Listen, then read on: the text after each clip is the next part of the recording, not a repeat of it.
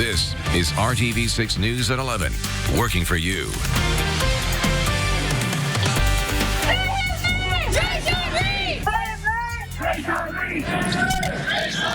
My grandmother's grandmother walked for the same thing, right? So that makes generations of us fighting for the same thing. It's ridiculous.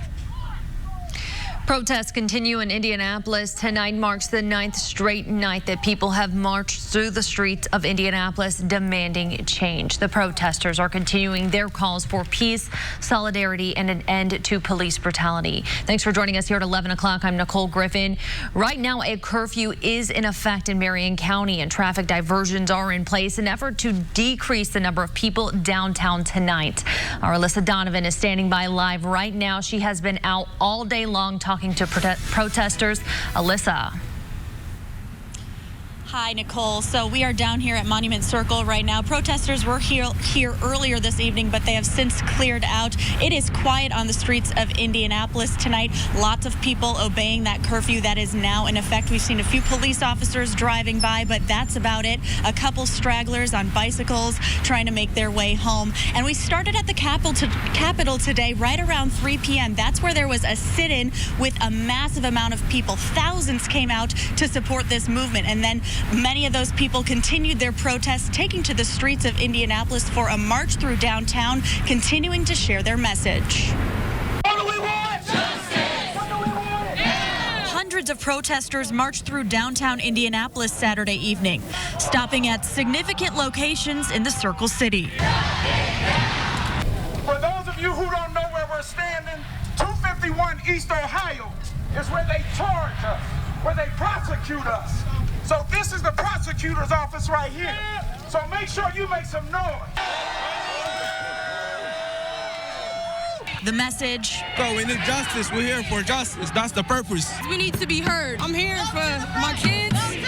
I'm here for me. I'm here for every black family that has dealt with this tragedy. Several protesters talking about the past, what we've learned, and what we haven't. My grandmother's grandmother walked for the same thing, right? So that makes generations of us fighting for the same thing. It's ridiculous. Why are you mad at us? Because our skin. And it starts with knowing our history. One of the things that's encouraging about this particular movement is that you see massive levels of racial diversity.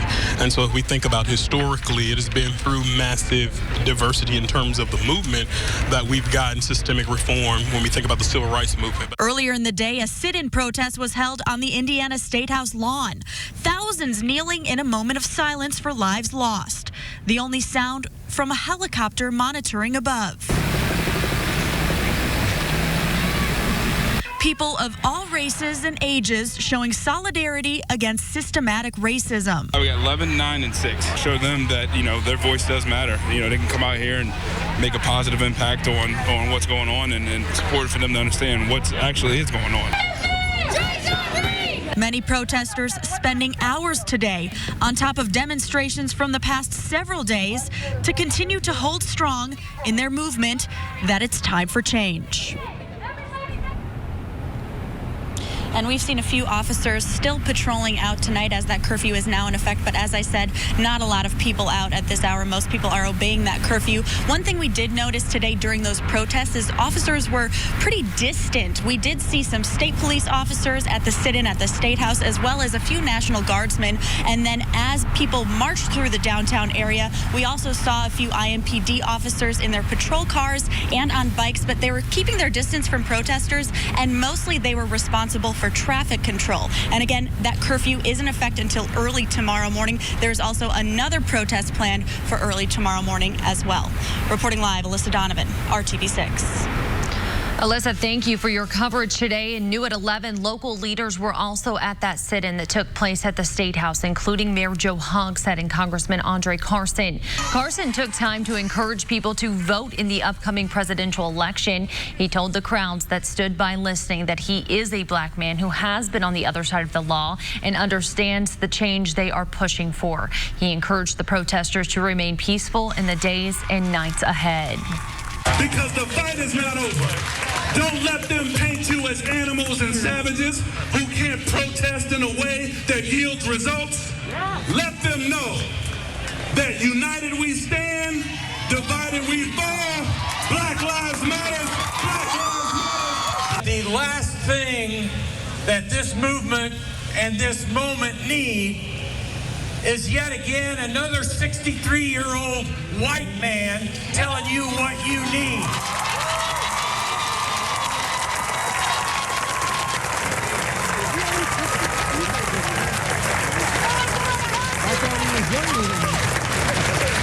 So I'm here to listen. I've been trying to listen throughout this last week. I want to listen more today. And after I listen, I need to act. Mayor Hogshead went on to say if he doesn't act, he needs to be held accountable. On Friday, he did announce major updates to IMPD's use of force policy.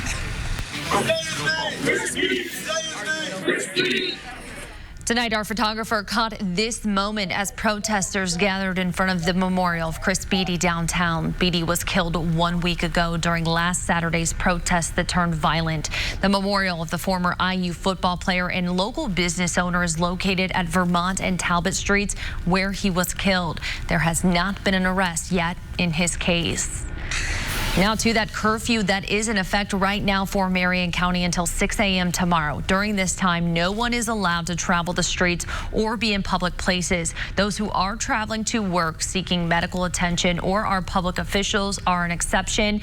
According to the mayor's office, a violation of the curfew is a Class B misdemeanor and can result in jail time and up to $10,000 in fines. The State Health Department hosted a free COVID-19 testing event this afternoon for protesters.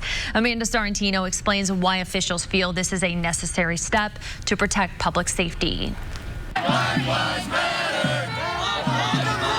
Black Lives Matter. Hoosiers have been coming together as one large voice as a sign of unity for more than a week. For those marching like Nick Brown and Daniel Burkett, the risk of COVID is a price they are willing to take, but cautiously. It was a risk, but I think it was worth it. At the end of the day, solidarity is putting ourselves at risk. And as a white person, it's my job to use my body to protect black and brown people. And I think it was just a sliver of a way to do that. I needed to be there. That is why the State Health Department is doing their part to make sure those choosing to protest in big crowds are being safe, not only for themselves, but for others in our community. We just know that this is a time when we may start to see an increased number of infections, so we wanted to make it easy for people that were coming downtown to walk with the protesters to get tested. State Health Commissioner Dr. Christina Box has been warning of another wave of COVID even before protests built up. It's certainly not going to help it. I mean, we know by nature when you have that many individuals gathered in a small space and not recognizing social distancing and oftentimes not wearing masks and high-fiving and pumping hands and stuff, those are the ways that we spread these infections. The testing took place next to the State House, where a sit-in was planned for Saturday afternoon. Although the testing was located there for convenience for those protesting, it was also an opportunity for anyone concerned about their COVID-19 status to get tested for free. I drive a school bus and I drive Uber and Lyft, and I thought, I wasn't for sure, and I had been sick the first of the year, so I thought it doesn't hurt to go get it checked, and there was no line, so I came and had it done. I mean, it's not herpes, I don't think there's a stigma. I think the general assumption is we've all got it, and you want to know you don't, more than the other way around. For the protesters, getting tested for COVID is another way they feel they can be advocates for the cause they support. We're going to stand with each other to protect black and brown people. Like, this is another way to protect, black and brown people and ourselves. Kind of like the oxygen mask in an airplane. Like, if I'm going to be helping, I really want to be okay. Although testing on Sunday was a possibility, the State Health Department did decide today that they are going to just wrap it up, but there will be future opportunities to get tested for COVID-19. Reporting in Indianapolis, Amanda Starantino, WRTV. Amanda, thank you. Here are the latest COVID-19 numbers from the Indiana State Health Department. They report 32 new deaths and 442 new cases across the state. Nearly 37,000 Hoosiers have been diagnosed since the pandemic began. More than 297,000 have been tested. A little over 12% of those have tested positive. Now to your Storm Team 6 forecast. Meteorologist Kyle Mounts standing by. Kyle, we are wrapping up a hot Saturday. Yeah, it was toasty out there this afternoon. Many locations making their way into the 90s. Just missed it in Indianapolis. 89 the high temperature today, and it is still mild out there. 74 in the Circle City. 67 for you now in Kokomo and Bloomington at 75. Skies are mostly clear, and there's that wind now out of the north around 10 to 15 miles per hour. So we did have a front go through, and we didn't have any rain with it, but what it is doing is taking all that moisture, that humidity, and pushing it to the south.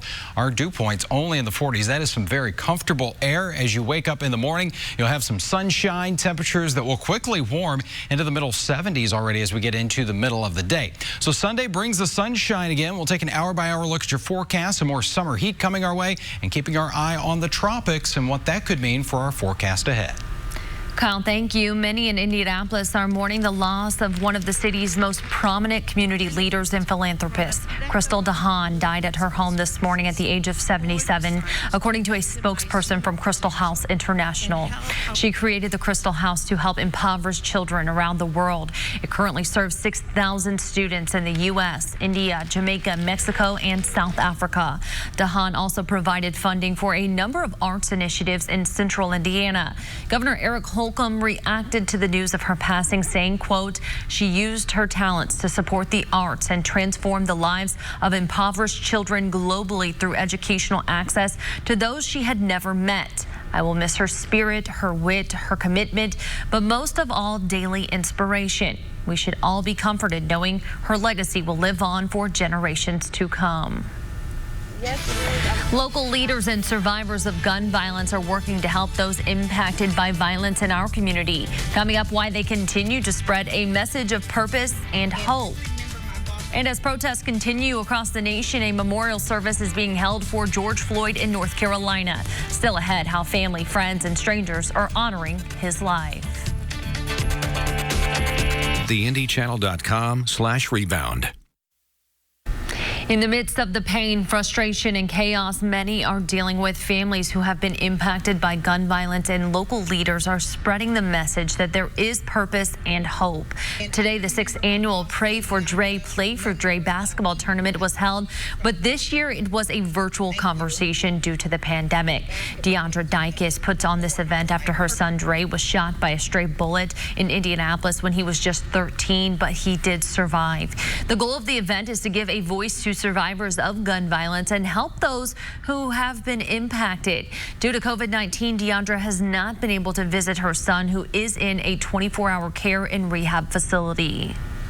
I asked this facility to FaceTime me because this is how I spend time with my son now, so that I could just share a little bit of my why I keep going, why I do what I do. Is because I promised my baby that if he would just continue in the fight, that I would be his arms, that I would be his voice, and I would be his legs. And I'm here to do just that. Well, today they honored a Ben Davis senior, Adonis Gerald Gillespie Jr., who was injured after a shooting but survived and just graduated yesterday. They gave him and his family a free trip and named him the Survivor of the Year. Peaceful protests across the country today to demand change after the killing of George Floyd. Meantime, his loved ones said their goodbyes at a special memorial in his honor. ABC's Rena Roy has the story. A loud cry heard coast to coast in San Francisco, where thousands marched across the Golden Gate Bridge, stopping traffic to New York, Philadelphia, Washington, D.C., and so many cities in between. Ain't no power like the power of the people, because the power of the people don't stop. Calls for change in hopes of ending police brutality and racial injustice. Many taking that strong message directly to the White House. Just steps away, marching over a new mural ordered by the D.C. mayor and a plaza fittingly renamed. The more people that are here means the more people that realize this affects everybody. Many hoping this is a learning lesson for the next generation.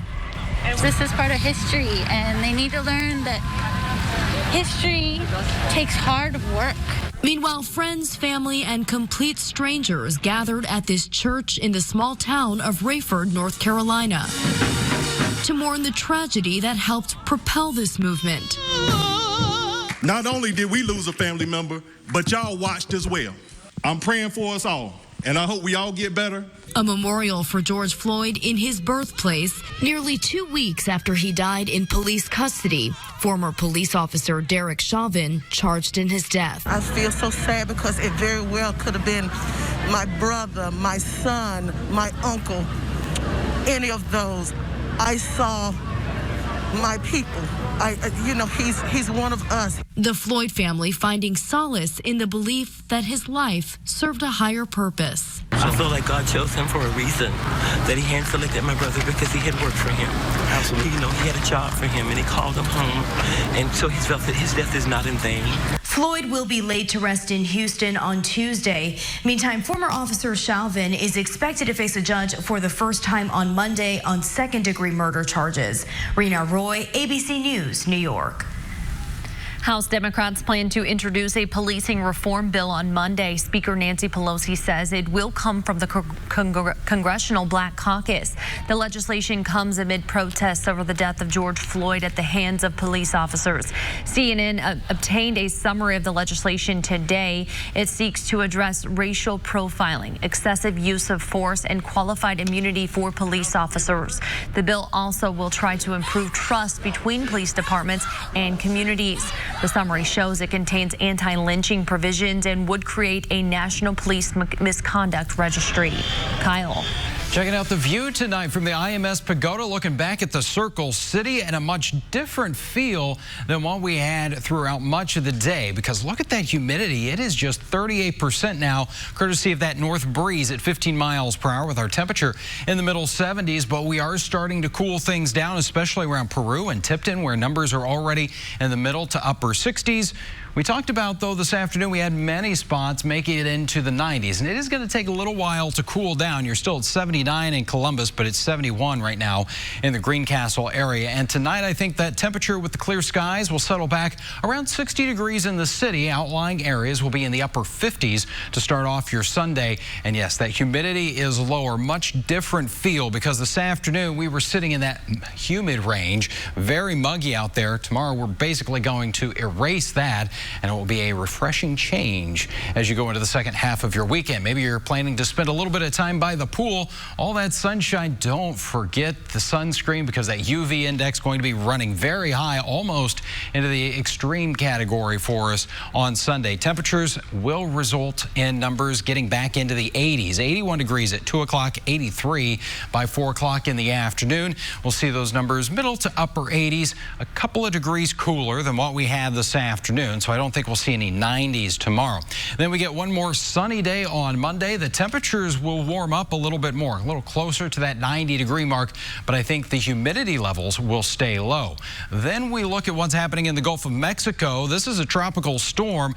It is expected to make landfall here along the Louisiana coast as we go into the day tomorrow. And then as we get into Tuesday, it continues its track to the north across portions of Missouri, or even into western Illinois. That will certainly increase our cloud cover, may bring us a couple waves of rain here as we go into Tuesday and Wednesday. A little breezy too, but nothing we can't handle. Should have those winds around 20 to 30 miles per hour.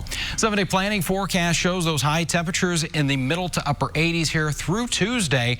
And then once we get rid of those shower and thunderstorm chances Tuesday and Wednesday, a much different feel. Going into next weekend, high temperatures barely cracking the 70-degree mark by Saturday. Nicole? Kyle, thank you. And we are finally off to the races. It's a few months delayed, but the IndyCar Series today dropped the green flag on the 2020 season. Our Dave First has the highlights coming up. This together. It may have come some 3 months after the scheduled opener, but IndyCar celebrated the start of the season at the Texas Motor Speedway tonight. Sports director Dave First has the highlights. It wasn't your normal IndyCar race. Then again, what is normal during this pandemic? Elbow bumps for high fives, masks were as numerous as the hopes for the night. Heck, even the radio call is a little bit different tonight. Instead of being on site in Fort Worth, this is the IMS Productions radio studio on West 16th, where Mark Janes, the anchor of the IndyCar Radio Network, will call things off this multi-view screen. In fact, that is a live look at Texas Motor Speedway. It's the new normal for now.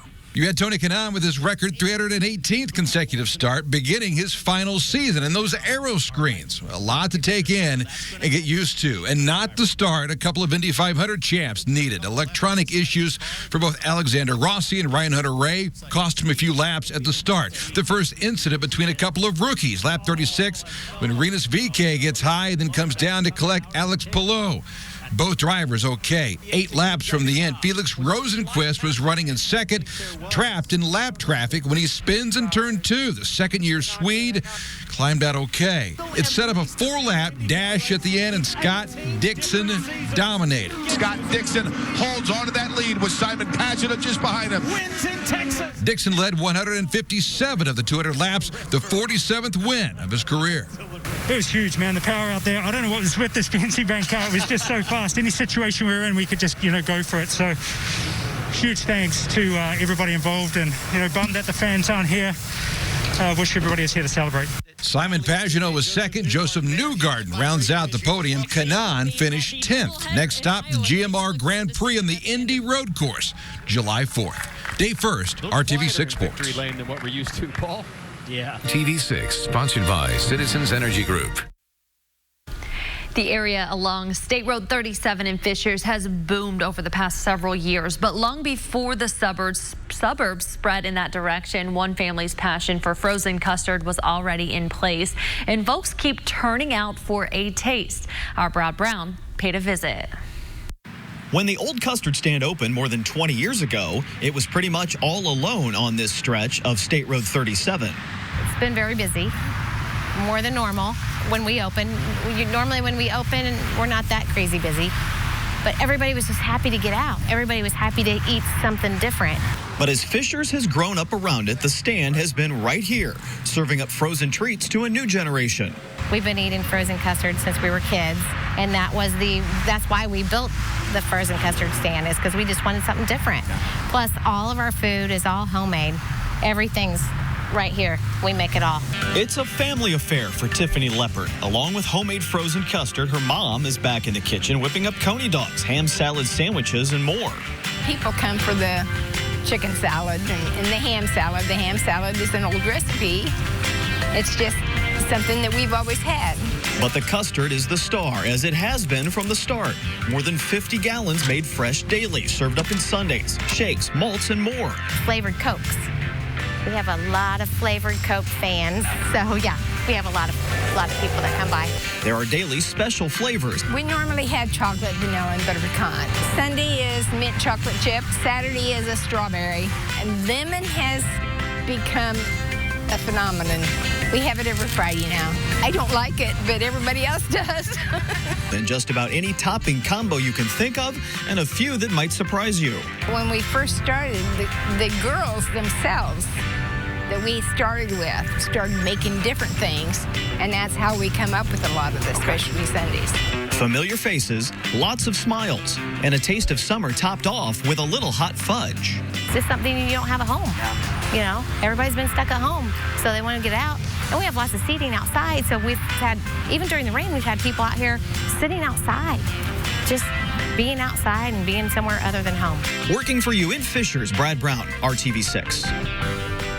Thank you, Brad. You may need to eat that custard pretty quick. Tomorrow, with all that sunshine, temperatures will make their way into the 80s. Kyle, thank you, and thank you for joining us. We'll see you back here tomorrow at 6. Have a great night.